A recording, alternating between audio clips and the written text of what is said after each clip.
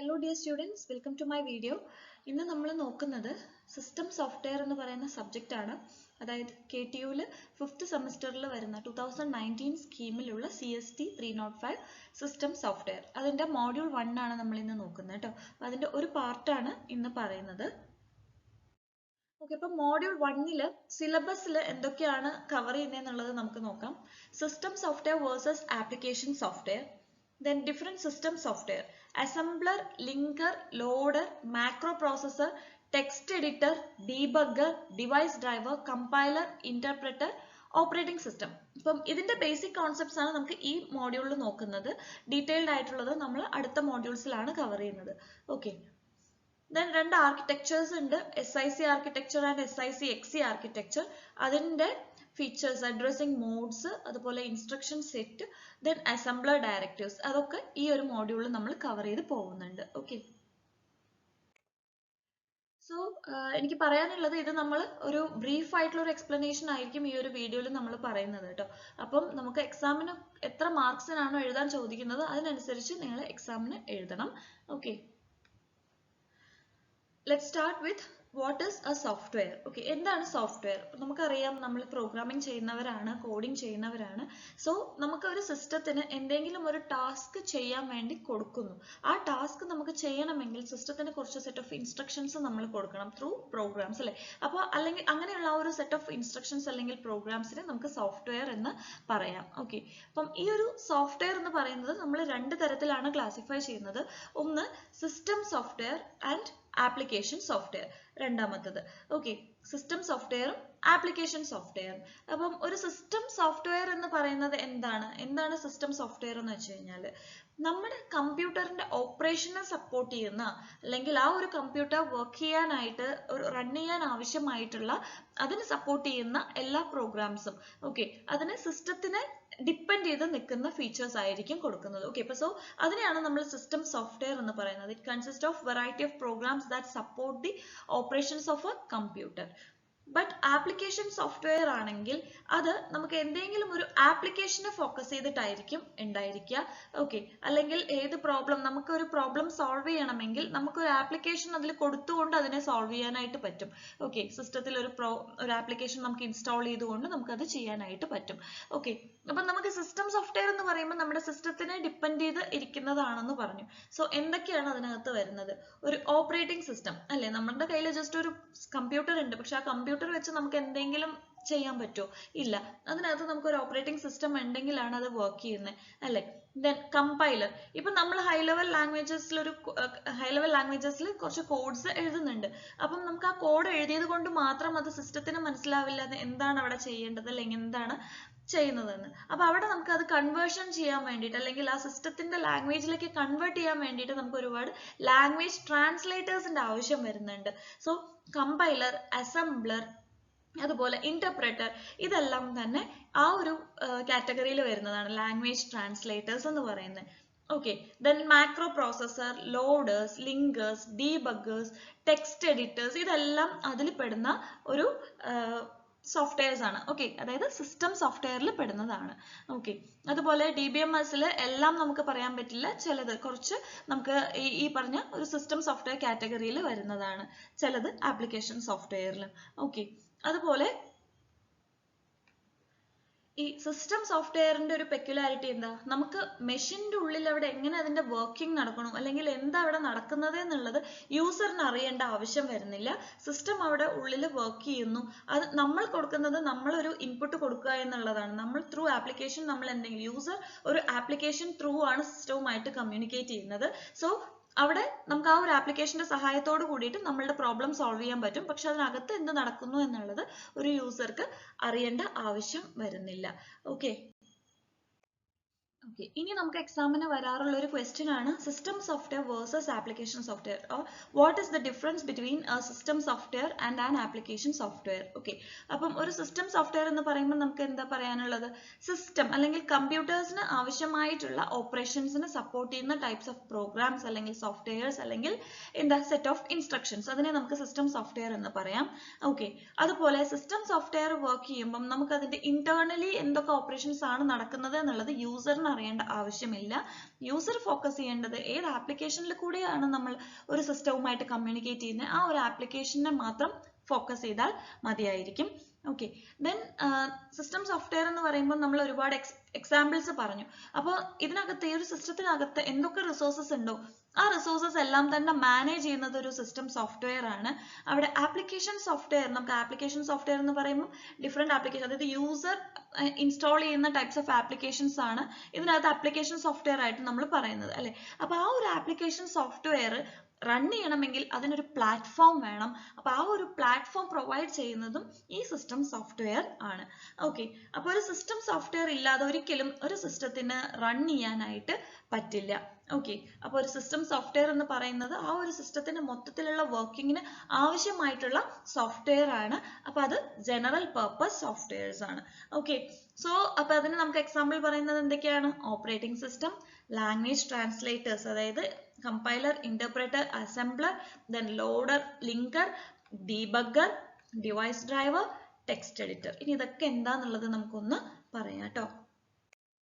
Okay, ഇനി ഒരു example ആണ്. എക്സാമ്പിൾ എന്ന് വെച്ച് കഴിഞ്ഞാൽ ഇപ്പൊ നമ്മളൊരു C or C++ or Java or Python ഏതെങ്കിലും ഒരു ഹൈ ലെവൽ ലാംഗ്വേജ് പ്രോഗ്രാം എഴുതുവാണ്. അപ്പോൾ അത് ക്രിയേറ്റ് ചെയ്യുന്ന സമയത്ത് അതിനകത്ത് എന്തൊക്കെ സിസ്റ്റം സോഫ്റ്റ്വെയർസ് ആണ് നമ്മൾ ഇൻവോൾവ് ചെയ്തിരിക്കുന്നത് എന്നുള്ളതാണ് പറയുന്നത്. ഓക്കെ, സോ ആദ്യം തന്നെ നമുക്കൊരു പ്രോഗ്രാം എഴുതണം അല്ലെ. നമ്മൾ ഹാഷ് ഇൻക്ലൂഡ് എന്ന് പറഞ്ഞ് C പ്രോഗ്രാം എഴുതുന്നു. അപ്പോൾ അങ്ങനെ നമ്മൾ ചെയ്യുന്ന സമയത്ത് നമുക്കത് ചെയ്യണമെങ്കിൽ എന്തിലാണ് നമ്മൾ ചെയ്യുന്നത്? ഒരു ടെക്സ്റ്റ് എഡിറ്ററിലാണ് അല്ലെ. ഒരു text editor to create or modify programs. Okay, so text editor is a system software. ഇനി നമ്മൾ എഴുതിയിട്ടുള്ള ഈ ഹൈ ലെവൽ ലാംഗ്വേജ് കോഡിനെ we have to convert to machine language. ഇത് മെഷീനിന് മനസ്സിലാവോ? ഇല്ല. So we have to convert it to machine language or object code. Okay, object code. നമ്മൾ എഴുതുന്ന ലാംഗ്വേജിനെ നമ്മൾ എന്താ പറയാ? സോഴ്സ് കോഡ് എന്നാണ് പറയാ. ഓക്കെ, അത് കൺവേർട്ട് ചെയ്യുന്ന മെഷീൻ ലാംഗ്വേജിനെ നമ്മൾ പറയുന്നത് ഒബ്ജക്ട് കോഡ് എന്നാണ്. So machine high level language to be converted to machine language using some language translators. Okay, അപ്പൊ ലാംഗ്വേജ് ട്രാൻസ്ലേറ്റർ എന്ന് പറഞ്ഞു കഴിഞ്ഞാൽ ഹൈ ലെവൽ ലാംഗ്വേജിനെ ഒബ്ജക്ട് കോഡിലേക്ക് കൺവേർട്ട് ചെയ്യുന്ന ഒരു സിസ്റ്റം സോഫ്റ്റ്വെയർ ആണ്. അപ്പൊ അതിനു വേണ്ടി നമുക്ക് യൂസ് ചെയ്യാവുന്നത് കമ്പൈലർ, ഇന്റർപ്രറ്റർ, അത് നമുക്ക് ഡിപ്പെൻഡിങ് അപ്പോൺ ദി ഏത് ലാംഗ്വേജ് ആണ് നമ്മൾ യൂസ് ചെയ്യുന്നത് എന്നുള്ളതിനനുസരിച്ച് നമുക്ക് ഏതാണെന്നുള്ളത് നമുക്ക് സെലക്ട് ചെയ്യാം. ഓക്കെ, സോ കമ്പൈലർ സെലക്ട് ചെയ്യാം എന്നല്ല, ഏത് ലാംഗ്വേജ് ആണോ ആ ലാംഗ്വേജിനെ ബേസ് ചെയ്തിട്ടായിരിക്കും അതിന്റെ ലാംഗ്വേജ് ട്രാൻസ്ലേറ്റർ വരുന്നത്. ഓക്കെ, അപ്പോൾ കമ്പൈലർ, ഇപ്പോൾ CPP ആണെങ്കിൽ ഇവിടെ കമ്പൈലർ ആയിരിക്കും, പൈത്തൺ ജാവയിലൊക്കെ ആണെങ്കിൽ ഇന്റർപ്രറ്റർ ആയിരിക്കും. ഓക്കെ, സോ ഇവിടെ compiler to translate to machine language. Okay, ഇനി നമ്മൾ കോഡ് എഴുതി അതിനെ ഒബ്ജക്ട് കോഡിലേക്ക് ട്രാൻസ്ലേറ്റ് ചെയ്തത് കൊണ്ട് മാത്രം ആ ഒരു പ്രോഗ്രാം റൺ ആവുമോ? ഇല്ല, നമ്മൾ അതിനെ എക്സിക്യൂട്ട് ചെയ്യണം അല്ലേ. അടുത്ത സ്റ്റെപ്പ് എന്ന് പറയുന്നത് എക്സിക്യൂഷൻ ആണ്. അപ്പൊ എക്സിക്യൂഷൻ ചെയ്യണമെങ്കിൽ നമ്മൾ എഴുതിയ ആ ഒരു ടെക്സ്റ്റ് എഡിറ്ററോ അല്ലെങ്കിൽ നമ്മൾ അവിടെ ചെയ്തു വെച്ചിട്ടുള്ള ആ ഒരു ഭാഗത്ത് വെച്ചിട്ട് എപ്പോഴും സിസ്റ്റം അല്ലെങ്കിൽ CPU അവിടെ എക്സിക്യൂഷൻ നടത്തില്ല. ഓക്കെ, അവിടെ പ്രോസസ്സിംഗ് നടത്തില്ല. നടത്തണമെങ്കിൽ അതിനെ എങ്ങോട്ട് കൊണ്ടുപോകണം? നമ്മുടെ മെയിൻ മെമ്മറിയിലേക്ക് കൊണ്ടുപോകണം അല്ലെ. അപ്പൊ നമ്മൾ എവിടെ എഴുതിയോ ആ കോഡിനെ അല്ലെങ്കിൽ അതിനെ കൺവേർട്ട് ചെയ്ത് വെച്ചിട്ടുള്ള ആ ഒരു ഒബ്ജക്ട് കോഡിനെ നമ്മൾക്ക് എങ്ങോട്ട് കൊണ്ടുപോകണം? മെയിൻ മെമ്മറിയിലേക്ക് ലോഡ് ചെയ്യണം. അപ്പൊ അതിന് വേണ്ടിയിട്ട് യൂസ് ചെയ്യുന്നത് ലോഡേഴ്സ് ആണ് കേട്ടോ. ലോഡേഴ്സ് ആണ്. ഇതെല്ലാം നമ്മൾ ഡീറ്റെയിൽഡ് ആയിട്ട് പറയുന്നുണ്ട്. ലോഡേഴ്സ്, പിന്നെ ലിങ്കേഴ്സ് ഉണ്ട്. ലിങ്കേഴ്സ് എന്ന് പറയുമ്പോൾ നമ്മൾ ഒന്നിലധികമോ ഒബ്ജക്ട് കോഡ്സിനെ തമ്മിൽ ലിങ്ക് ചെയ്യാൻ വേണ്ടി യൂസ് ചെയ്യുന്ന ഒരു സിസ്റ്റം സോഫ്റ്റ്വെയർ ആണ്. അപ്പൊ അത് ലിങ്കേഴ്സ് ആൻഡ് ലോഡേഴ്സ് എന്നുള്ളത് നമ്മൾ ഒരുമിച്ചിട്ടാണ് പറയുന്നത്. Okay, so linkers and loaders to load the program to memory and prepare for execution. Okay, ഇനി എക്സിക്യൂഷൻ ചെയ്തിട്ട് നമ്മൾ എഴുതുന്ന കോഡ് എപ്പോഴും കറക്റ്റ് ആണെന്നുണ്ടോ? ഇല്ല, ആവണം എന്നില്ല. സോ അവിടെ എറേഴ്സ് വരാം അല്ലെങ്കിൽ ബഗ്സ് വരാം. അതിനെ ഡിറ്റക്ട് ചെയ്യാൻ വേണ്ടിയിട്ട് we can use a debugger. ഒരു ഡീബഗ്ഗർ യൂസ് ചെയ്തിട്ടായിരിക്കും പ്രോഗ്രാമിലെ എറേഴ്സിനെ ഡിറ്റക്ട് ചെയ്യുന്നത്. ഓക്കെ, ഇത്രയും സ്റ്റെപ്സ് ആണ് എന്താ ഒരു കോഡിനെ നമ്മൾ കൺവേർട്ട് ചെയ്ത് റൺ ചെയ്ത് എക്സിക്യൂഷൻ ചെയ്യുന്നത് വരെ നടക്കുന്നത്. ഓക്കെ, അപ്പം ഇൻ കേസ് നമുക്ക് ഒരു അസംബ്ലി ലാംഗ്വേജ് പ്രോഗ്രാം ആണ് നമ്മൾ ചെയ്യുന്നത് എങ്കിൽ അവിടെ ലാംഗ്വേജ് ട്രാൻസ്ലേറ്റർ ആയിട്ട് യൂസ് ചെയ്യുന്നത് അസംബ്ലേഴ്സ് ആയിരിക്കും. ഓക്കെ, അസംബ്ലേഴ്സിന്റെ ഉള്ളിൽ മാക്രോ പ്രോസസർ എന്ന് പറയുന്ന ഒരു സിസ്റ്റം സോഫ്റ്റ്വെയർ കൂടിയിട്ട് ഇൻക്ലൂഡ് ചെയ്യുന്നുണ്ട്. അതായത് അസംബ്ലി കോഡിൽ നമ്മൾ കൂടുതൽ ഇൻസ്ട്രക്ഷൻസ്, നിമോണിക്സ് എന്ന് പറയുന്ന അല്ലെങ്കിൽ അസംബ്ലി ഇൻസ്ട്രക്ഷൻസ് ആയിരിക്കും നമ്മൾ കൊടുക്കുന്നത് അല്ലെ. അസംബ്ലി ലാംഗ്വേജ് ആണ്. സോ അവിടെ നമുക്കിപ്പം എക്സാമ്പിൾ ഇപ്പം നമ്മുടെ sub functions or sub routines ഒക്കെ നമുക്ക് ഇടയിൽ കോൾ ചെയ്യേണ്ടി വരുന്ന സമയത്ത് നമുക്ക് ഒരുപാട് ഇൻസ്ട്രക്ഷൻസിനെ ഒരുമിച്ചിട്ട് കോൾ ചെയ്യേണ്ട ആവശ്യം വരും. സോ അങ്ങനെ വരുമ്പോൾ നമുക്ക് അതെല്ലാം ഓർക്കാനും എല്ലാം ബുദ്ധിമുട്ടാണ്. സോ അവിടെ നമുക്ക് മാക്രോസ് എന്ന് പറയുന്ന ഒരു ഫംഗ്ഷൻ നമുക്ക് യൂസ് ചെയ്യാനായിട്ട് പറ്റും. ഓക്കെ, അപ്പൊ മാക്രോസിനെ നമുക്ക് എക്സ്പാൻഡ് ചെയ്യാൻ വേണ്ടി ഇപ്പൊ നമ്മൾ ചെറിയ ചെറിയ കീവേഡ് ആണ് മാക്രോ എന്ന് പറയുന്നത്. അപ്പൊ ആ മാക്രോ നമ്മൾ ഇതിനകത്ത് വെക്കുമ്പോൾ മാക്രോ കോൾ ചെയ്യുന്ന സമയത്ത് അതിനെ എക്സ്പാൻഡ് ചെയ്യാനൊക്കെ വേണ്ടിയിട്ടാണ് മാക്രോ പ്രോസസർ യൂസ് ചെയ്യുന്നത്. മാക്രോ പ്രോസസറും ഒരു SS ആണ്. ഓക്കെ, സിസ്റ്റം സോഫ്റ്റ്വെയർ ആണ്. ഓക്കെ, സോ നമുക്ക് ജനറലി പറയാം ഒരു സിസ്റ്റം സോഫ്റ്റ്വെയർ എന്ന് പറയുന്നത് നമുക്കൊരു ആപ്ലിക്കേഷൻ പ്രോഗ്രാമിനെ കറക്റ്റ് ആയിട്ട് എക്സിക്യൂട്ട് ചെയ്യുക എന്നുള്ളതാണ് ചെയ്യുന്നത്. ഓക്കെ, അപ്പം SS-ന്റെ ഫങ്ഷൻസ് എന്തൊക്കെയാണ്? ഡിസ്ക് മാനേജ്മെന്റ്, നമ്മുടെ മെമ്മറി എന്താ പറയുക, ഡിസ്ക് മാനേജ് ചെയ്യുക. അതുപോലെ തന്നെ നമ്മൾ OS-ൽ പഠിച്ചിട്ടുള്ളതാണ്, നിങ്ങൾ OS-ൽ പഠിച്ചിട്ടുണ്ടായിരിക്കും മെമ്മറി മാനേജ്മെന്റ്, പ്രോസസ് മാനേജ്മെന്റ് എന്നൊക്കെ പറഞ്ഞിട്ട്. അപ്പം അതുപോലെ SS-ന്റെ ഫങ്ഷൻസിൽ നമുക്ക് ഇതൊക്കെ പറയാവുന്നതാണ്. Because operating system is a system software അല്ലേ. അപ്പൊ ഡിസ്ക് മാനേജ്മെന്റ്, മെമ്മറി മാനേജ്മെന്റ്, അതുപോലെ ഡിവൈസ് കൺട്രോളിംഗ്, ഡിവൈസസ് കൺട്രോൾ ചെയ്യുന്നതും, അതുപോലെ നമുക്ക് loading and execution of other programs. അപ്പൊ ഇതൊക്കെ SS-ന്റെ ഫങ്ഷൻസ് ആണ്. Okay, now application software. Application software എന്ന് പറയുമ്പോൾ നമ്മുടെ യൂസറിന്റെ ഒരു ടാസ്ക് അക്കംപ്ലിഷ് ചെയ്യുക, അല്ലെങ്കിൽ യൂസർ നമുക്ക് ഒരു ടാസ്ക് അല്ല പല ടാസ്കുകൾ യൂസറിന് ചെയ്യേണ്ടി വരും. അപ്പൊ അത് ചെയ്യാൻ വേണ്ടിയിട്ട് ഇപ്പൊ നമ്മുടെ സിസ്റ്റത്തിന് പറ്റാത്ത കാര്യങ്ങൾ നമ്മൾ ഒരുപാട് ആപ്ലിക്കേഷൻസ് നമ്മൾ അതിൽ വെച്ചിട്ട് ചെയ്യുന്നുണ്ട് അല്ലെ. അപ്പൊ അങ്ങനെയുള്ള സോഫ്റ്റ്വെയർസ് ആണ് നമ്മൾ ആപ്ലിക്കേഷൻ സോഫ്റ്റ്വെയർ എന്നുകൊണ്ട് ഉദ്ദേശിക്കുന്നത്. ഓക്കെ, ഏതെങ്കിലും ഒരു പർട്ടിക്കുലർ ആപ്ലിക്കേഷനെ ഫോക്കസ് ചെയ്തിട്ടായിരിക്കും ഉണ്ടായിരിക്കുക. ഓക്കെ, അപ്പോൾ യൂസറിന്റെ ആവശ്യപ്രകാരം അല്ലെങ്കിൽ യൂസറിന്റെ റിക്വസ്റ്റ് പ്രകാരമായിരിക്കും ഒരു ആപ്ലിക്കേഷൻ സോഫ്റ്റ്വെയർ എപ്പോഴും റൺ ചെയ്യുന്നുണ്ടാവുക. ഓക്കെ, ഇപ്പൊ നമ്മളൊരു സിസ്റ്റം ഓൺ ചെയ്ത് വരുന്ന സമയത്ത് നമ്മുടെ OS നമ്മളൊന്നും ചെയ്യേണ്ട ആവശ്യമില്ല. സിസ്റ്റം ഓൺ ചെയ്ത് വരുമ്പോൾ OS-ന്റെ കാര്യങ്ങളെല്ലാം തന്നെ പ്രവർത്തിക്കുന്നുണ്ട്. ബട്ട് നമ്മളൊരു ആപ്ലിക്കേഷൻ സോഫ്റ്റ്വെയർ ആണെങ്കിൽ ഇപ്പൊ നമുക്കിപ്പോ ഒരു നോട്ട് പാഡോ അതല്ലെങ്കിൽ എന്തെങ്കിലും ഇപ്പോ MS ഓഫീസോ എല്ലാം നമ്മൾ എടുത്ത് ഓപ്പൺ ചെയ്ത്, അതായത് യൂസറിന്റെ ഒരു അവിടെ എന്താ പറയാ ഇടപെടലില്ലാതെ അവിടെ ഒരു ആപ്ലിക്കേഷൻ സോഫ്റ്റ്വെയർ ഒരിക്കലും റൺ ചെയ്യില്ല. ഓക്കെ, അപ്പം സിസ്റ്റം സോഫ്റ്റ്വെയർ എന്ന് പറയുന്നത് ജനറൽ പർപ്പസ് ആണെങ്കിൽ application software is specific purpose. Okay, എന്താണോ പർപ്പസ് എന്നുള്ളത് യൂസറിന് അറിയാം. ആ ഒരു ഇതിനനുസരിച്ച് യൂസറിന്റെ ആ ഒരു ആവശ്യങ്ങൾ അനുസരിച്ച് മാത്രമാണ് എന്ത് ആപ്ലിക്കേഷൻ സോഫ്റ്റ്വെയർ റൺ ചെയ്യുന്നത്. ഓക്കെ, then ആപ്ലിക്കേഷൻ സോഫ്റ്റ്വെയർ എപ്പോഴും ഹൈ ലെവൽ ലാംഗ്വേജസിലായിരിക്കും റൈറ്റ് ചെയ്തിട്ടുണ്ടാവുക. ഓക്കെ, എക്സാമ്പിൾസ് എന്തൊക്കെയാ പറയാ? MS ഓഫീസ്, then ഫോട്ടോഷോപ്പ്, അതുപോലെ ഒരുപാട് എഡ്യൂക്കേഷണൽ സോഫ്റ്റ്വെയർസ് ഒക്കെ ഉണ്ട്, നിങ്ങൾക്ക് അറിയാം. അപ്പൊ അതെല്ലാം തന്നെ നമുക്ക് ഇതിനകത്ത് വരുന്നതാണ്. ഓക്കെ, ആപ്ലിക്കേഷൻ സോഫ്റ്റ്വെയർ ഇതാണ് അതിന്റെ ആ ഒരു ഹൈറാർക്കി. നമുക്ക് ഏറ്റവും എൻഡിൽ ഹാർഡ്വെയർ ആണ്, ഇപ്പം ഉള്ളിലുള്ള കാര്യങ്ങളൊന്നും നമുക്ക് പറയേണ്ട ആവശ്യമില്ല. CPU, RAM, ഡിസ്ക്, പ്രിന്റർ, ഇതിനകത്ത് എന്തൊക്കെ ഹാർഡ്വെയർസ് ആണ്. ഇപ്പൊ ഒരു ഹാർഡ്വെയറും അതുപോലെ തന്നെ പുറത്ത് യൂസർ ഉണ്ടാവും അല്ലെ. ഇവിടെ ഒരു യൂസറും ഉണ്ടായിരിക്കും. യൂസർ ആരുമായിട്ടാണ് യൂസറും ഈ ഒരു ഹാർഡ്വെയറും തമ്മിലുള്ള ഒരു ഇന്ററാക്ഷൻ അല്ലെങ്കിൽ എല്ലാം നടത്തുന്നത് എങ്ങനെയാണ്? ത്രൂ ഓപ്പറേറ്റിംഗ് സിസ്റ്റം ആണ് അല്ലെ. ഇപ്പൊ ഓപ്പറേറ്റിംഗ് സിസ്റ്റം മറ്റ് യൂട്ടിലിറ്റീസും കൂടിയിട്ടാണ്. ഈ ഒരു സിസ്റ്റം സോഫ്റ്റ്വെയർ ഇല്ലാതെ നമുക്ക് ഒരിക്കലും ഒരു സിസ്റ്റം വർക്ക് ചെയ്യാൻ പറ്റില്ല. പിന്നെ ഈ യൂസറിന്റെ ആവശ്യമുള്ള ബാക്കി സ്പെസിഫിക് ടാസ്കുകളെല്ലാം പ്രൊവൈഡ് ചെയ്യുന്നത് ആപ്ലിക്കേഷൻ സോഫ്റ്റ്വെയർ ആണ്. അപ്പം ഇതാണ് ഇതിന്റെ ഒരു ഹൈറാർക്കി വരുന്നത്. എങ്ങനെയാ? Hardware, system software, application software, ഏറ്റവും പുറത്ത് യൂസറും. ഓക്കെ, ഇനി നമുക്ക് ഡിഫറെന്റ് സിസ്റ്റം സോഫ്റ്റ്വെയർസ് എന്തൊക്കെയാണെന്നുള്ളത് നമ്മൾ ജസ്റ്റ് ഇപ്പോൾ ഒരു ഓവർവ്യൂ പറഞ്ഞു. എന്നാലും നമുക്ക് അതിന്റെ ഓരോ ഈച്ച് ആൻഡ് എവറി സിസ്റ്റം സോഫ്റ്റ്വെയറിനെ കുറിച്ച് നമുക്ക് കൂടുതൽ അറിയേണ്ടതുണ്ട്. അപ്പോൾ വരുന്ന മോഡ്യൂൾസിൽ നമ്മൾ അതിന്റെ ഇൻഡെപ്ത് പഠിക്കുകയാണ്. ഇപ്പം നമ്മൾ ജസ്റ്റ് കോൺസെപ്റ്റ്സ് മാത്രം പറഞ്ഞു പോവാണ് കേട്ടോ. അപ്പം അസംബ്ലർ എന്ന് പറയുന്നത് ആദ്യത്തത് അസംബ്ലർ ആണ്. അസംബ്ലർ എന്ന് പറയുന്നത് നമ്മൾ എന്താ പറഞ്ഞ അസംബ്ലി ലാംഗ്വേജ് പ്രോഗ്രാമിനെ മെഷീൻ ലാംഗ്വേജിലേക്ക് കൺവേർട്ട് ചെയ്യുന്നത് അസംബ്ലർ ആണ്. ഓക്കെ, അപ്പം അസംബ്ലി ലാംഗ്വേജ് എന്നുകൊണ്ട് നമ്മൾ എന്താണ് ഉദ്ദേശിക്കുന്നത്? കുറച്ച് ഇൻസ്ട്രക്ഷൻസ് ആണ്. ഓക്കെ, അപ്പൊ ആ ഇൻസ്ട്രക്ഷൻസ് എന്ന് പറയുമ്പോൾ അത് നമ്മൾ സിംബോളിക് നെയിംസ് ആണ് നമ്മൾ അതിന് കൊടുക്കുന്നത്. അതിനെ നമ്മൾ പറയുന്ന ഒരു പ്രത്യേക പേരാണ് ന്യൂമോണിക്സ്. ഓക്കെ, അപ്പൊ അതിന് എക്സാമ്പിൾസ് ആണ് MOV, മൂവ്, ആഡ്, സബ് എന്നൊക്കെ പറയുന്ന കീവേഡ്സ്. നമുക്ക് മനസ്സിലാക്കാൻ പറ്റും ഇത് എന്താണെന്നുള്ളത്. പക്ഷെ ഇതിനെ നമ്മൾ പറയുന്നത് ന്യൂമോണിക്സ് എന്നാണ്. ഓക്കെ, സിംബോളിക് നെയിംസ് അല്ലെങ്കിൽ അസംബ്ലി ലാംഗ്വേജ്. അപ്പം ഇതിനെ ആണ് നമുക്കിനി ബൈനറിയിലേക്ക് അല്ലെങ്കിൽ സീറോസ് ആൻഡ് വൺസിലേക്ക് അല്ലെങ്കിൽ ഒബ്ജക്റ്റ് കോഡിലേക്ക് നമുക്ക് കൺവേർട്ട് ചെയ്യേണ്ടത്. ഓക്കെ, അപ്പം ഈ ഒരു ഇത് നമുക്ക് ഹൈ ലെവൽ ലാംഗ്വേജ് ആയിട്ട് നമുക്ക് പറയാൻ പറ്റില്ല. പക്ഷെ ഇത് എന്താ സിസ്റ്റം അണ്ടർസ്റ്റാൻഡബിൾ ലാംഗ്വേജ് അല്ല. ഇതിനെ നമുക്ക് മാറ്റിയിട്ട് ഇതിപ്പോ ഹ്യൂമൻ അണ്ടർസ്റ്റാൻഡബിൾ ഫോം ആണ്. അതിനെ മാറ്റിയിട്ട് നമുക്ക് ഓബ്ജക്റ്റ് കോഡിലേക്ക് കൺവേർട്ട് ചെയ്യേണ്ടി വരും. ഓക്കെ, അപ്പൊ ഈ ഒരു ഓബ്ജക്റ്റ് കോഡിലേക്ക് കൺവേർട്ട് ചെയ്യുന്നത് ആരാണ്? അസംബ്ലർ എന്ന് പറയുന്ന ലാംഗ്വേജ് ട്രാൻസ്ലേറ്റർ ആണ്.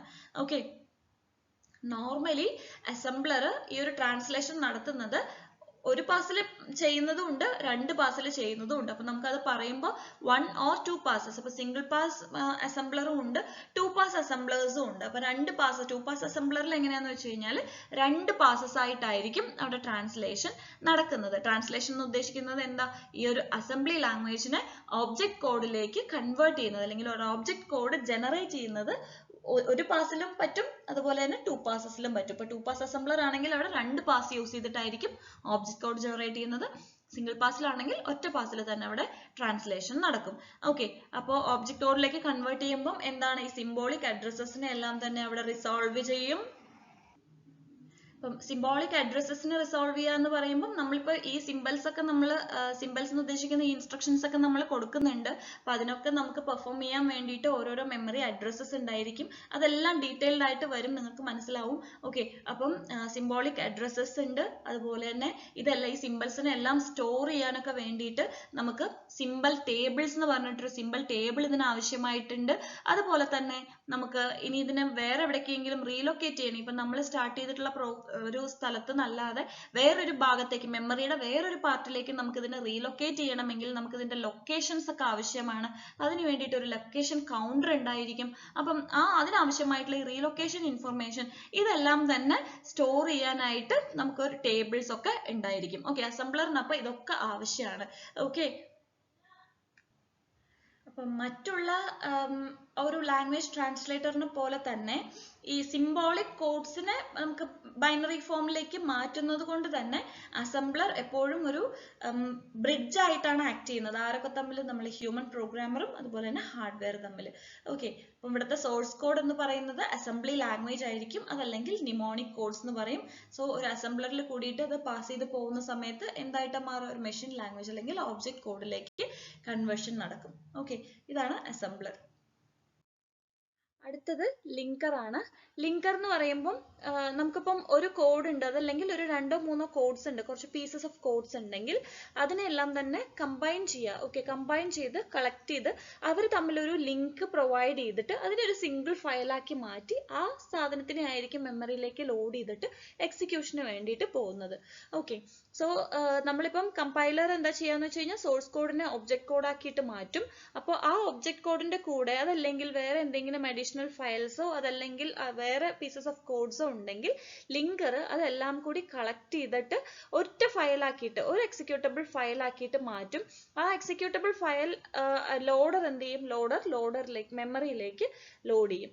ഓക്കെ, അപ്പം ഈ ഒബ്ജക്ട് കോഡിന്റെ കൂടെ വേറെ അഡീഷണൽ ഫയൽസ് ഓർ വേറെ ഒബ്ജക്ട് കോഡ്സ് ഉണ്ടെങ്കിൽ അതിനെല്ലാം തന്നെ ഒരുമിച്ച് ലിങ്ക് ചെയ്തിട്ട് ഒറ്റ ഫയലാക്കിയിട്ട് ലോഡറിന് കൊടുക്കും. ഓക്കെ, ലോഡർ അതിനെ എന്നിട്ട് മെമ്മറിയിലേക്ക് ലോഡ് ചെയ്യാണ് ചെയ്യുന്നത്. ഓക്കെ, അപ്പൊ ഈ ലിങ്കിങ് എന്ന് പറയുന്നത് നമ്മളിപ്പോ പറഞ്ഞു, കമ്പൈൽ ചെയ്ത് കഴിഞ്ഞ് കമ്പൈൽ ടൈമിൽ മാത്രമല്ല, അത് റൺ ടൈമിൽ വേണമെങ്കിലും പെർഫോം ചെയ്യാനായിട്ട് പറ്റും. ഓക്കെ, അപ്പൊ ലിങ്കിങ് 2 സമയത്ത് വേണമെങ്കിലും ചെയ്യാം, കമ്പൈൽ ടൈം ഓർ റൺ ടൈമിൽ ചെയ്യാം. ഓക്കെ,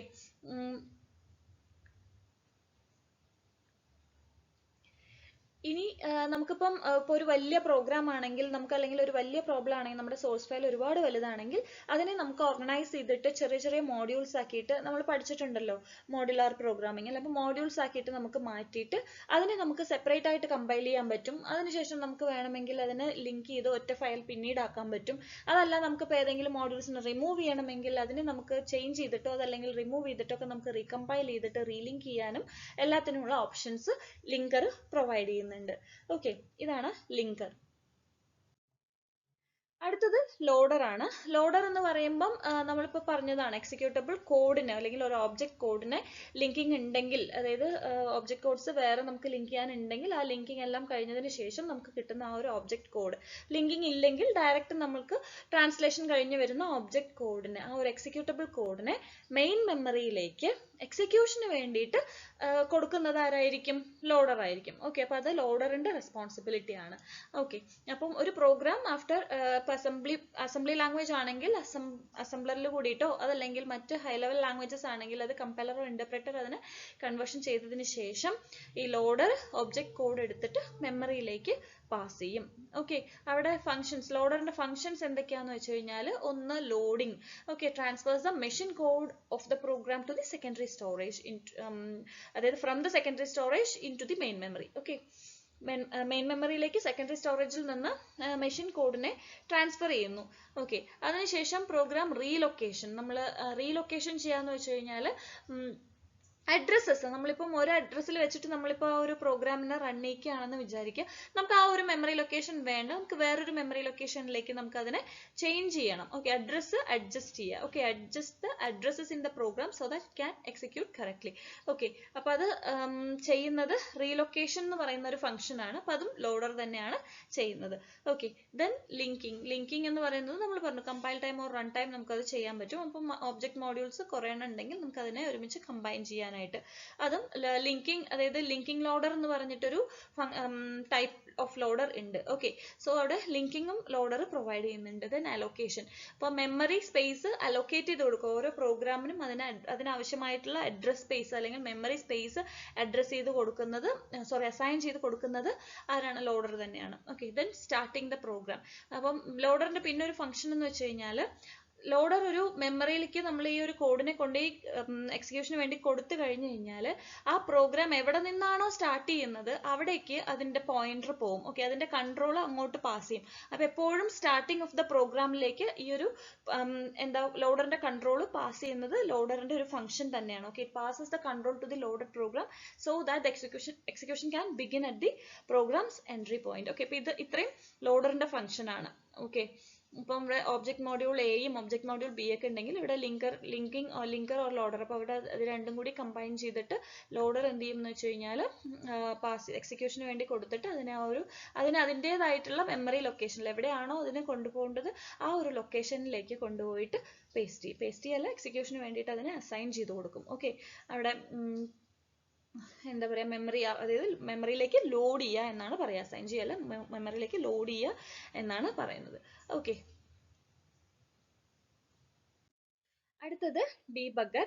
അപ്പം ഡീബഗ്ഗർ എന്ന് പറയുമ്പം അവിടെ നമ്മൾ നേരത്തെ പറഞ്ഞതാണ്, ഒരു പ്രോഗ്രാമിൽ ഉണ്ടാവുന്ന എറേഴ്സ് അല്ലെങ്കിൽ ഫോൾട്ട് അതല്ലെങ്കിൽ ബഗ്സ് അതിനെ ഐഡന്റിഫൈ ചെയ്യുക എന്നുള്ളതാണ്. അപ്പോൾ പ്രോഗ്രാം ടെസ്റ്റ് ചെയ്ത് കഴിഞ്ഞ് അതിലുള്ള എറേഴ്സിനെ കണ്ടുപിടിക്കുക എന്നത് ഡീബഗ്ഗർ ആണ് ചെയ്യുന്നത്. അപ്പം എന്താണ് ഒരു ഫോൾട്ടിന്റെ നേച്ചർ അല്ലെങ്കിൽ ആ ഒരു എററിന്റെ നേച്ചർ എങ്ങനെയാണ്, അതിന്റെ ലൊക്കേഷൻ എവിടെയാണ്, എങ്ങനെയാണ് അതിനെ ഫിക്സ് ചെയ്യുന്നത്, അപ്പം ഇത്രയും ഡീബഗ്ഗർ പ്രൊവൈഡ് ചെയ്യുന്നുണ്ട്. ഓക്കെ, അപ്പൊ അതിന്റെ ഫങ്ഷൻസ് എന്ന് പറയുന്നത് it allows step by step execution of a program, ഒരു പ്രോഗ്രാമിന്റെ step by step execution provide ചെയ്യുന്നുണ്ട്. അതുപോലെ തന്നെ അതിൽ displays the contents of registers, memory and variables. അപ്പോൾ വേരിയബിൾസും അതുപോലെ തന്നെ രജിസ്റ്റേഴ്സിലും മെമ്മറിയിലുള്ള കോണ്ടന്റ്സ് ഒക്കെ ഡിസ്പ്ലേ ചെയ്യുക എന്നുള്ളത്. Then set break points to pause execution at specific point. ഇപ്പോൾ ഓരോ പോയിന്റിൽ വെച്ചിട്ട് എക്സിക്യൂഷൻ പോസ് ചെയ്യണമെങ്കിൽ അതിനാവശ്യമായിട്ടുള്ള ബ്രേക്ക് പോയിന്റ്സ് സെറ്റ് ചെയ്യുന്നത് ഡീബഗ്ഗർ ആണ്. അതുപോലെ തന്നെ പ്രോഗ്രാം എറേഴ്സിന്റെ സോഴ്സ് ട്രേസ് ചെയ്യാൻ വേണ്ടിയിട്ട് ഹെൽപ്പ് ചെയ്യുന്നത് ഡീബഗ്ഗർ ആണ്. ഓക്കെ, അടുത്തത് ഡിവൈസ് ഡ്രൈവർ എന്ന് പറയുമ്പം നമ്മളുടെ സിസ്റ്റത്തിനകത്ത് കണക്ട് ചെയ്തിട്ടുള്ള ഒരുപാട് ഡിവൈസസ്, ഇൻപുട്ട് ഔട്ട്പുട്ട് ഡിവൈസസ് ഉണ്ട്, അതുപോലെ മറ്റ് പെരിഫറൽ ഡിവൈസസ് ഒക്കെ ഉണ്ട്. അപ്പം ഈ ഒരു ഡിവൈസസിൽ തമ്മിലുള്ള ഒരു കമ്മ്യൂണിക്കേഷൻ മാനേജ് ചെയ്യുന്നത് ഈ ഒരു സിസ്റ്റം സോഫ്റ്റ്വെയർ ആണ്. അപ്പോൾ അതിന്റെ പേര് പോലെ തന്നെ ലിറ്ററലി പറയുവാണെങ്കിൽ ഡിവൈസസിനെ ഡ്രൈവ് ചെയ്യുന്ന ഒരു സോഫ്റ്റ്വെയർ ആണ് ഡിവൈസ് ഡ്രൈവർ എന്ന് പറയുന്നത്.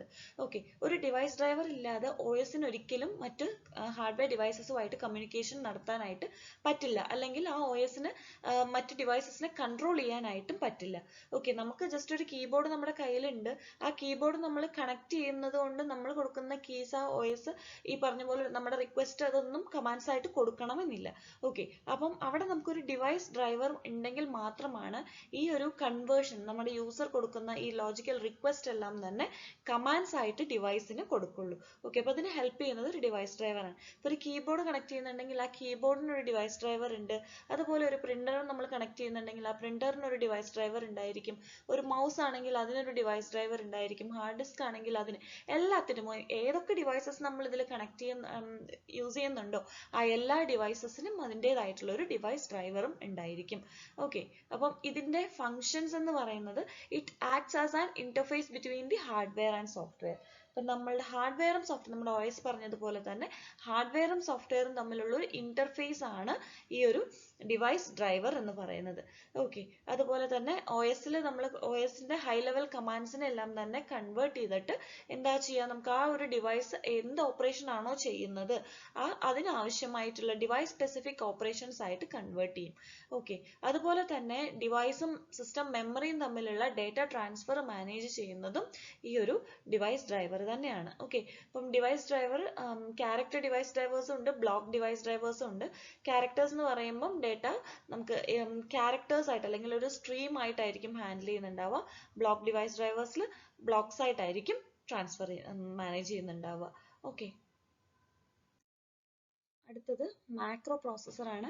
മാക്രോ പ്രോസസ്സർ എന്ന് പറയുമ്പോൾ അസംബ്ലറിന്റെ കൂടെ വരുന്നതാണ്.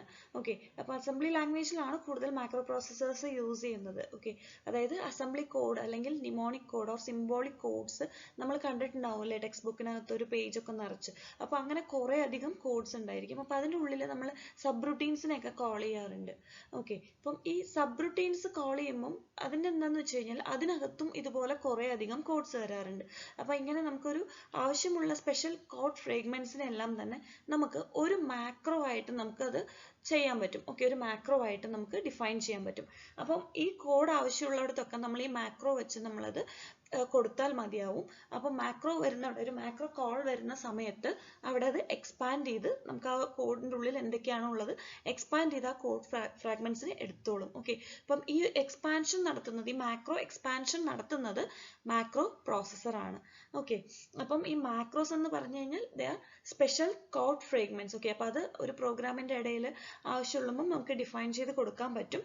അപ്പോൾ ആ മാക്രോ കോൾ നമ്മൾ ചെയ്യുന്ന സമയത്ത് അത് എവിടെയാണോ നമ്മൾ ഡിഫൈൻ ചെയ്തിട്ടുള്ളത് അത് എക്സ്പാൻഡ് ചെയ്ത് വരും. Okay, so macro processor is the system program that allows the user to define macros. They are the sequence of instructions grouped under a single name. Okay, പറഞ്ഞതുപോലെ തന്നെ ഒരു മാക്രോന്റെ പേര് അവിടെ ഒരു പ്രോഗ്രാമിൽ വരുന്ന സമയത്ത് മാക്രോ പ്രോസസ്സർ ഓട്ടോമാറ്റിക് ആയിട്ട് അതിന്റെ ആ ഒരു ഇൻസ്ട്രക്ഷൻസ്, അതിൻ്റെ ഉള്ളിൽ എന്തൊക്കെ ഇൻസ്ട്രക്ഷൻസ് ആണോ വരുന്നത് അത് വെച്ച് റീപ്ലേസ് ചെയ്യും. ഓക്കെ, അപ്പോൾ ഇതിനെയാണ് നമ്മൾ മാക്രോ എക്സ്പാൻഷൻ എന്ന് പറയുന്നത്. ഓക്കെ, അപ്പോൾ മാക്രോ പ്രോസസ്സർ എന്തൊക്കെയാ ചെയ്യാന്ന് വെച്ച് കഴിഞ്ഞാൽ ഒന്ന് മാക്രോസിനെ ഡിഫൈൻ ചെയ്യും. ഓക്കെ, ഇപ്പോൾ ഒരു കോഡിൻ്റെ ഉള്ളിൽ വരുന്ന നമുക്ക് പറഞ്ഞതുപോലെ ഇപ്പോൾ ആവശ്യമുള്ള കോഡ്സിന് ഒരു മാക്രോ നെയിം വെച്ച് ഡിഫൈൻ ചെയ്തെടുക്കും. ഓക്കെ, അതിനുശേഷം നമുക്ക് ആ പേര് വരുന്നിടത്തൊക്കെ ഈ മാക്രോസ് എക്സ്പാൻഷൻ നടത്തും. ഓക്കെ, അപ്പോൾ replaces the macro calls with defined instructions during the assembly or compilation. Okay, അതിനുശേഷം പാരാമീറ്റർ സബ്സ്റ്റിറ്റ്യൂഷൻ. അപ്പം മാക്രോസിന് ഈ അതിൽ കൊടുക്കുന്ന ആർഗ്യുമെന്റ്സിനെ എല്ലാം അക്സെപ്റ്റ് ചെയ്തിട്ട് നമുക്ക് അതിനാവശ്യമായിട്ടുള്ള പാരാമീറ്റേഴ്സ് അവിടെ സബ്സ്റ്റിറ്റ്യൂട്ട് ചെയ്ത് കൊടുക്കും. അപ്പോൾ ഇത് ചെയ്യുന്നതും ആരാണ്? മാക്രോ പ്രോസസ്സർ തന്നെയാണ്. Defining the macros, expanding the macros and parameter substitution. Okay, next text editors. Text editors നമ്മൾ പറഞ്ഞതുപോലെ ഒരു സിസ്റ്റം സോഫ്റ്റ്വെയർ തന്നെയാണ്. അവിടെ നമുക്ക് യൂസറിന് ഇപ്പം ഹൈ ലെവൽ ലാംഗ്വേജസിലൊക്കെ നമ്മൾ പ്രോഗ്രാം എഴുതുമ്പോൾ നമുക്ക് അതിൽ കോഡ് ടൈപ്പ് ചെയ്യാൻ, സോഴ്സ് കോഡ് ക്രിയേറ്റ് ചെയ്യാനും മോഡിഫൈ ചെയ്യാനും ഓക്കെ അതിൻ്റെ മെയിൻ മെമ്മറിയിലേക്ക് കൊടുക്കാനും ഒക്കെ നമുക്ക് യൂസ് ചെയ്യുന്ന ഒരു സോഫ്റ്റ്വെയർ ആണ് ടെക്സ്റ്റ് എഡിറ്റർ എന്ന് പറയുന്നത്. അവിടെ നടക്കുന്നത് creation, editing, deletion, updation. Okay, അപ്പം ഇത് ടെക്സ്റ്റ് എഡിറ്റർ ചെയ്യും. അപ്പം ടെക്സ്റ്റ് മാത്രമായിരിക്കും അവിടെ കൂടുതലായിട്ട് നമുക്ക് ചെയ്യാൻ പറ്റുന്നത്. ഓക്കെ, അപ്പോൾ അതിൻ്റെ എഡിറ്റിങ്ങിൻ്റെ ഒരു സ്കോപ്പ് എന്ന് പറയുന്നത് ടെക്സ്റ്റിലേക്ക് മാത്രമാണ്. ഓക്കെ, അപ്പോൾ അതിൻ്റെ ഫംഗ്ഷൻസ് നമുക്ക് പറയേണ്ട ആവശ്യമില്ല, അറിയാം. Create, edit and save, then insert, delete, copy, move, then search and replace, then display the formatting options. Okay, അപ്പം അതിന് വേണ്ടിയിട്ട് നമുക്ക് ടെക്സ്റ്റ് എഡിറ്റേഴ്സ്, ലൈൻ എഡിറ്റേഴ്സ് ഉണ്ട്, സ്ട്രീം എഡിറ്റേഴ്സ് ഉണ്ട്, സ്ക്രീൻ എഡിറ്റേഴ്സ് ഉണ്ട്. ലൈൻ എഡിറ്റേഴ്സ് എന്ന് പറയുമ്പം 1 ലൈൻ അറ്റ് എ ടൈം എന്നുള്ള രീതിയിലായിരിക്കും എഡിറ്റിംഗ് നടക്കുക. അതിൻ്റെ എക്സാമ്പിൾ എന്ന് പറയുന്നത് ഇയഡ് എഡിറ്റർ ആണ്. ദെൻ സ്ട്രീം എഡിറ്റേഴ്സ് എന്ന് പറയുമ്പം അവിടെ ഓട്ടോമാറ്റിക് ആയിട്ട് ടെക്സ്റ്റിനെയൊക്കെ ട്രാൻസ്ഫോം ചെയ്തിട്ടാണ് ചെയ്യുന്നത്. അപ്പം അതിന് എക്സാമ്പിൾ ആണ് സെഡ് എന്ന് പറയുന്ന editor. Okay, then screen editors ആണ് നമ്മൾ നോർമലി കാണുന്ന VI എഡിറ്ററും അതുപോലെ നോട്ട് പാഡ് ഒക്കെ. അവിടെ നമുക്ക് ഇന്ററാക്റ്റീവ് എഡിറ്റിംഗ് ആണ്, വിഷ്വൽ ഇന്റർഫേസ് വെച്ചിട്ട് നമുക്ക് ചെയ്യാൻ പറ്റുന്നത്. Okay, so VI and note pad are examples for screen editors. Okay, next compiler and interpreter. Okay, compiler and interpreter എന്ന് പറയുമ്പോൾ രണ്ടും ലാംഗ്വേജ് ട്രാൻസ്ലേറ്റേഴ്സ് ആണ്. നമ്മൾ അസംബ്ലറിന്റെ കേസ് പറഞ്ഞതുപോലെ തന്നെ ഹൈ ലെവൽ ലാംഗ്വേജിൽ എഴുതുന്ന പ്രോഗ്രാംസിനെ മെഷീൻ ലാംഗ്വേജിലേക്ക് കൺവേർട്ട് ചെയ്യാൻ വേണ്ടിയിട്ട് അല്ലെങ്കിൽ ട്രാൻസ്ലേറ്റ് ചെയ്യാൻ വേണ്ടിയിട്ടാണ് കമ്പൈലേഴ്സും ഇന്റർപ്രറ്റേഴ്സും യൂസ് ചെയ്യുന്നത്. ഓക്കെ, ഓരോ ഹൈ ലെവൽ ഇപ്പോൾ ഓരോ type of high level language ഇപ്പോൾ നമുക്കറിയാം C++, ജാവ, പൈത്തൺ, അപ്പം ഓരോന്നിനും ഓരോ സെപ്പറേറ്റ് കമ്പൈലർ ആവശ്യമാണ്. ഓക്കെ, അപ്പം ഓരോ മെഷീനും അതിൻ്റെതായിട്ടുള്ള ഒരു സെപ്പറേറ്റ് കമ്പൈലർ ആവശ്യമാണ്. അപ്പോൾ ഒരു കമ്പൈലറിനകത്ത് വരുന്ന ഫേസസ് എന്തൊക്കെയാണെന്ന് വെച്ച് കഴിഞ്ഞാൽ lexical analysis, syntax analysis, semantic analysis, then intermediate code generation and code optimization. Okay, ഒരു കമ്പൈലറിൽ വരുന്ന ഫേസസ് ഇതൊക്കെയാണ്: lexical analysis, syntax analysis, then semantic analysis, intermediate code generation and code optimization. Okay, പിന്നെ ഇന്റർപ്രറ്റർ എന്ന് പറയുന്നതും ഇത് തന്നെയാണ് ചെയ്യുന്നത്. പക്ഷെ ഇവിടെ എന്താ ഡിഫറൻസ് എന്ന് വെച്ച് കഴിഞ്ഞാൽ കമ്പൈലർ എന്ന് പറയുമ്പം ഹോൾ കോഡ് ഒരുമിച്ചാണ് ട്രാൻസ്ലേഷൻ നടത്തുന്നത്. ഓക്കെ, മൊത്തത്തിൽ ട്രാൻസ്ലേഷൻ നടത്തും. പക്ഷെ ഇന്റർപ്രറ്റർ എന്ന് പറയുന്നത് അവിടെ ലൈൻ ബൈ ലൈൻ മാത്രമാണ് ട്രാൻസ്ലേഷൻ നടത്തുന്നത്. ഒരു ലൈൻ ടൈപ്പ് ചെയ്ത് കഴിഞ്ഞാൽ അപ്പം തന്നെ അതിന്റെ ട്രാൻസ്ലേഷൻ നമുക്ക് ഇപ്പുറത്ത് കാണാം. ഓക്കെ, അങ്ങനെയാണ് ഇന്റർപ്രറ്റർ ചെയ്യുന്നത്. കമ്പൈലർ എന്ന് പറയുമ്പോൾ ഒരു പ്രോഗ്രാം ഒരുമിച്ചിട്ട് റൺ ചെയ്തതിന് ശേഷം ലാസ്റ്റ് മാത്രമായിരിക്കും അവിടെ അതിന്റെ ട്രാൻസ്ലേഷൻ നടക്കുന്നത്. ഓക്കെ, അടുത്തത് difference between compiler and interpreter. അപ്പം നമുക്ക് എക്സാമിനൊക്കെ എപ്പോഴും ക്വസ്റ്റ്യൻസ് ഉണ്ടാവാറുള്ളതാണ്. അപ്പം കമ്പൈലറും ഇന്റർപ്രറ്ററും തമ്മിലുള്ള ഡിഫറൻസ്. അപ്പം ഒന്നാമത്തെ ഡിഫറൻസ് എന്ന് പറയുമ്പോൾ ട്രാൻസ്ലേഷൻ മെത്തേഡ് ആണ്. Compiler translates the entire program at once into machine code. Okay, അപ്പോൾ പറഞ്ഞു തന്നെയാണ് ഒറ്റ തവണ കൊണ്ട് മെഷീൻ കോഡിലേക്ക് മാറ്റുന്നത്. കംപ്ലീറ്റ് പ്രോഗ്രാമിനെ ഒരുമിച്ച് മാറ്റുകയാണ് ചെയ്യുക കമ്പൈലർ. ഇന്റർപ്രറ്റർ ആണെങ്കിൽ അത് ലൈൻ ബൈ ലൈൻ ആയിരിക്കും ട്രാൻസ്ലേഷനും എക്സിക്യൂഷനും എല്ലാം നടത്തുന്നത്. എക്സിക്യൂഷൻ സ്പീഡ് കമ്പൈലറിന് ഫാസ്റ്റർ ആയിരിക്കും. ഓക്കെ, ഒരുമിച്ചാണ് ഒരു പ്രോഗ്രാം ഒരുമിച്ച് ചെയ്യുന്നത് കൊണ്ട് തന്നെ അവിടെ കുറച്ചും കൂടി ഫാസ്റ്റർ ആയിട്ടായിരിക്കും എക്സിക്യൂഷൻ നടക്കുന്നത്. ഇന്റർപ്രറ്റർ ആണെങ്കിൽ ലൈൻ ബൈ ലൈൻ ഇന്റർപ്രിട്ടേഷൻ ആയതുകൊണ്ട് തന്നെ ഇവിടെ കുറച്ചും കൂടി സ്ലോവർ ആയിരിക്കും. ഓക്കെ, ഔട്ട്പുട്ട് എന്ന് പറയുന്നത് ഓബ്ജക്റ്റ് കോഡ് ആയിരിക്കും പ്രൊഡ്യൂസ് ചെയ്യുക, അതല്ലെങ്കിൽ ഒരു എക്സിക്യൂട്ടബിൾ ഫയൽ. ഓക്കെ, ഇവിടെ ഓബ്ജക്റ്റ് ഫയൽ പ്രൊഡ്യൂസ് ചെയ്യാതെ നേരിട്ട് എക്സിക്യൂഷൻ ആണ് നടക്കുന്നത് ഇന്റർപ്രറ്ററിന്റെ കേസിൽ. ഓക്കെ, ഒരു ഒബ്ജക്റ്റ് ഫയൽ അവിടെ ക്രിയേറ്റ് ചെയ്യേണ്ട ആവശ്യം വരുന്നില്ല.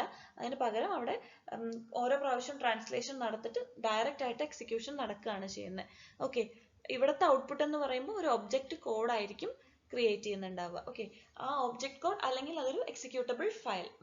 ദെൻ എറർ ഡിറ്റക്ഷൻ എന്ന് പറയുമ്പോൾ എല്ലാ എറേഴ്സും ഒരുമിച്ചിട്ടാണ് ഡിറ്റക്ട് ചെയ്യുന്നത്. നമ്മളിപ്പോൾ CCPP ചെയ്തവർക്ക് അറിയാം അല്ലേ? അപ്പം അതിന്റെ താഴെ ഒരുമിച്ച് നമുക്ക് എല്ലാ എറേഴ്സും ഒരുമിച്ചാണ് അവിടെ ഡിറ്റക്ട് ചെയ്യുന്നത്.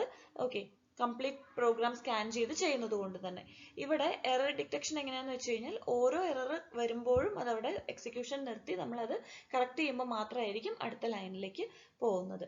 Okay, then memory requirement. ഇതിന്റെ മെമ്മറി എന്ന് പറയുമ്പം ഇവിടെ നമുക്ക് ഒബ്ജക്റ്റ് കോഡിലേക്ക് കൺവേർഷൻ നടത്തുന്നത് കൊണ്ട് തന്നെ നമുക്ക് മെമ്മറി കുറച്ച് കൂടുതൽ ആവശ്യമായിട്ട് വരും. ഇവിടെ കുറച്ച് മെമ്മറി മാത്രമേ ആവശ്യമുള്ളൂ, കാരണം ഒബ്ജക്റ്റ് കോഡ് സ്റ്റോർ ചെയ്യാനുള്ള സ്പേസ് ഇവിടെ ആവശ്യമില്ല. ഓക്കെ, ഇനി ഇതിനകത്ത് എക്സാമ്പിൾസ്, കമ്പൈലറിൽ വരുന്ന എക്സാമ്പിൾസ് എന്ന് പറയുമ്പോൾ C++, ജാവ. ഓക്കെ, അതുപോലെ തന്നെ ഇവിടെ ഇന്റർപ്രറ്ററിലാണെങ്കിൽ പൈത്തൺ, ജാവ സ്ക്രിപ്റ്റും ബേസിക് ഒക്കെ ഏതിലാണ് വരുന്നത്? ഇന്റർപ്രറ്ററിന്റെ എക്സാമ്പിൾസ് ആണ്. ഓക്കെ, അപ്പം ഇത് ക്ലിയർ ആയിട്ടുണ്ടാവുന്നത് ഉറപ്പായിട്ടും നിങ്ങൾ പഠിച്ചോളൂ. ഒരു ക്വസ്റ്റ്യൻ നമുക്ക് എക്സ്പെക്ട് ചെയ്യാം. അതുപോലെ തന്നെ ഏതെങ്കിലും 3 സിസ്റ്റം സോഫ്റ്റ്വെയർസിനെ എക്സ്പെക്ട് ചെയ്യാം. സിസ്റ്റം സോഫ്റ്റ്വെയർ ആൻഡ് ആപ്ലിക്കേഷൻ സോഫ്റ്റ്വെയറിന്റെ ഡിഫറൻസസ് നമുക്ക് എക്സ്പെക്ട് ചെയ്യാം. Okay, next operating system. Operating system നിങ്ങൾക്ക് അറിയാം എന്താന്നുള്ളത്. It acts as an interface between the user and the hardware. Okay, അപ്പം ഇതിനകത്ത് എന്താ ഉള്ളത്? കുറച്ച് കളക്ഷൻ ഓഫ് പ്രോഗ്രാംസ് തന്നെയാണ്. അപ്പം നമ്മളുടെ സിസ്റ്റം എങ്ങനെയാണ് ഈ ഹാർഡ്വെയർ റിസോഴ്സസിനെ മാനേജ് ചെയ്യുന്നത്, അതുപോലെ തന്നെ കമ്പ്യൂട്ടർ പ്രോഗ്രാംസിന് ആവശ്യമായിട്ടുള്ള സർവീസസ് എന്തൊക്കെ ചെയ്യണം, കൊടുക്കണം എന്ന് തീരുമാനിക്കുന്നതെല്ലാം തന്നെ ഓപ്പറേറ്റിംഗ് സിസ്റ്റം ആണ്. അപ്പോൾ ഓപ്പറേറ്റിംഗ് സിസ്റ്റം എന്ന് പറയുന്നത് ഒരു സിസ്റ്റം സോഫ്റ്റ്വെയർ ആണ്. It's a collection of software that manages the computer hardware resources. Okay, അപ്പം it acts as an interface between the user and hardware. Okay, അപ്പോൾ ഒരു ഓപ്പറേറ്റിംഗ് സിസ്റ്റം ഉണ്ടെങ്കിൽ മാത്രമായിരിക്കും, ഇപ്പോൾ സിസ്റ്റം സോഫ്റ്റ്വെയർ എന്ന് പറയുന്ന ഒരു സാധനം നമുക്ക് ഒരു സിസ്റ്റത്തിന് വർക്ക് ചെയ്യാൻ ആവശ്യമാണ്. അപ്പം ആ ഓപ്പറേറ്റിംഗ് സിസ്റ്റം എന്ന് പറയുന്ന ഈ ഒരു സിസ്റ്റം സോഫ്റ്റ്വെയർ ഉണ്ടെങ്കിൽ മാത്രമായിരിക്കും നമുക്കൊരു ആപ്ലിക്കേഷൻ സോഫ്റ്റ്വെയർ അല്ലെങ്കിൽ ആപ്ലിക്കേഷൻ പ്രോഗ്രാംസ് റൺ ചെയ്യണമെങ്കിൽ പറ്റുള്ളൂ. ഓക്കെ, അപ്പം OS ഉണ്ടെങ്കിൽ ആപ്ലിക്കേഷൻ പ്രോഗ്രാംസ് റൺ ചെയ്യുള്ളൂ. ഇനി OSന്റെ ഫങ്ഷൻസ് എന്ന് പറയുമ്പോൾ അത് നിങ്ങൾക്ക് എഴുതാൻ പറ്റുന്നത് തന്നെയാണ്. Process management. പ്രോസസ് മാനേജ്മെന്റിൽ പ്രോസസ്സുകൾ ക്രിയേറ്റ് ചെയ്യുക, ഷെഡ്യൂൾ ചെയ്യുക, ടെർമിനേറ്റ് ചെയ്യുക. ഓക്കെ, അവിടെ CPU-ന് പ്രോപ്പർ ആയിട്ട് നമുക്ക് ഈ ഓരോ പ്രോസസ്സുകളെയും അലോക്കേറ്റ് ചെയ്ത് കൊടുക്കുക. നമ്മളിതെല്ലാം CPU ഷെഡ്യൂളിങ്ങിൽ ഇതെല്ലാം നമ്മൾ പഠിച്ചിട്ടുള്ളതാണ്. ഓക്കെ, അപ്പം പ്രോസസ് മാനേജ്മെന്റ് ആണ് ആദ്യത്തെ function. Then memory management. Memory usage, മെമ്മറിനെ എവിടേക്കൊക്കെ അലോക്കേറ്റ് ചെയ്ത് കൊടുക്കണം, ആരുടെയൊക്കെ ഡീഅലോക്കേറ്റ് ചെയ്യണം, എങ്ങനെയാണ് വെർച്വൽ മെമ്മറി ഹാൻഡിൽ ചെയ്യുന്നത്, പേജിങ് ഹാൻഡിൽ ചെയ്യുന്നത്, ഇതെല്ലാം തന്നെ മെമ്മറി മാനേജ്മെന്റിൽ വരുന്നതാണ് OSന്റെ. Okay, then file management. File മാനേജ്മെന്റിൽ എങ്ങനെയാണ് ഫയൽസിനെ മാനേജ് ചെയ്യുന്നത്, ഫയൽ ഡയറക്ടറീസ് എവിടേക്കാണ് സ്റ്റോർ ചെയ്യുന്നത്, എങ്ങനെയൊക്കെയാണ് ഒരു ഫയലിനെ ആക്സസ് ചെയ്യുന്നത്, അതുപോലെ തന്നെ ഫയൽ നെയിമിംഗ്, ഫയലിന്റെ പെർമിഷൻസ്, ഇതെല്ലാം ഫയൽ മാനേജ്മെന്റിനകത്ത് വരുന്നു. Okay, then device management. Device മാനേജ്മെന്റിന് നമുക്ക് പറയാനുള്ളത് നമുക്കറിയാലോ, നമ്മുടെ hardware input devices, output devices, അതുപോലെ തന്നെ മറ്റു പെരിഫറൽസ്, ഇതിനെല്ലാം തന്നെ ഡിവൈസ് ഡ്രൈവറിന്റെ സഹായത്തോട് കൂടിയിട്ട് നമ്മുടെ OS ആണ് സിസ്റ്റം കൺട്രോൾ ചെയ്യുന്നതും കോർഡിനേറ്റ് ചെയ്യുന്നതും. ഓക്കെ, അപ്പം ഈ ഒരു ഇൻപുട്ട് റിക്വസ്റ്റ് ആണെങ്കിലും ഇൻപുട്ട് ഔട്ട്പുട്ട് റിക്വസ്റ്റ് എല്ലാം തന്നെ എഫിഷ്യന്റ് ആയിട്ട് ഹാൻഡിൽ ചെയ്യാൻ പറ്റുന്നത് ഈ ഒരു ഡിവൈസ് മാനേജ്മെന്റ് ഫംഗ്ഷൻ ഉള്ളത് കൊണ്ടാണ് OSന്റെ. Okay, using device drivers. Okay, അപ്പം ഇത്രയും ഓപ്പറേറ്റിംഗ് സിസ്റ്റത്തിന്റെ ഫീച്ചേഴ്സ് ആണ്. ഓക്കെ, നമ്മൾ ഈ ഒരു വീഡിയോയിൽ ഇത്രയാണ് ഡിസ്കസ് ചെയ്യുന്നത് കേട്ടോ. അപ്പോൾ നമുക്ക് അടുത്ത വീഡിയോയിൽ SIC ആൻഡ് SIC-XC, അതിൻ്റെ അഡ്രസ്സിംഗ് മോഡ്സ്, ഇൻസ്ട്രക്ഷൻ ഫോമാറ്റും അസംബ്ലർ ഡയറക്ടേഴ്സും നമുക്ക് ഡിസ്കസ് ചെയ്യാം. അപ്പോൾ ഈ വീഡിയോ നിങ്ങൾക്ക് യൂസ്ഫുൾ ആയിട്ടുണ്ടാവും എന്ന് വിചാരിക്കുന്നു. Thank you for watching. See you on the next video. By.